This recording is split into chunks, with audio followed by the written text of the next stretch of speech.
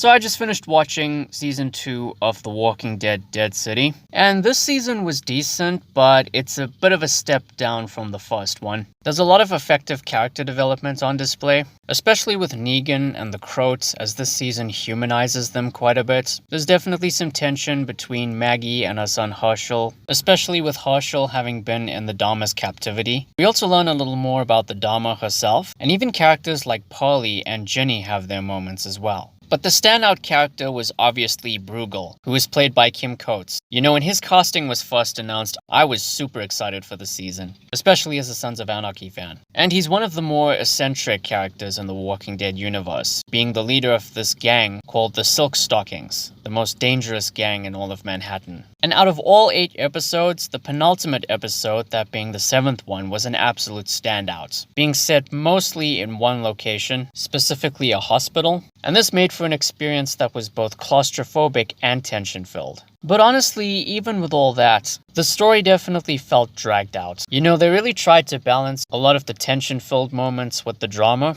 but it isn't done nearly as well as other installments in this franchise do. There's some really silly stuff here and there that requires suspension of disbelief, and honestly, despite having a solid premise, that being Maggie's group coming into conflict with the Dharma over methane, it honestly just feels like more of the same. And I'd be surprised if this show were to get picked up for a 3rd season, because the ratings for any Walking Dead show really, let alone this one, are at an all-time low. You know, this franchise's honeymoon phase ended a long time ago. And even several years later, there just seems to be no end in sight at all. So yeah, I hope that this and the Daryl Dixon spin-off and any other spin-offs they have in the works can at the very least work towards some kind of endgame for the franchise, and hopefully very soon. So overall, I enjoyed this season, but it's definitely one of the weaker entries in the franchise. I think a 7 out of 10 pretty much sums it up, and even that's being generous.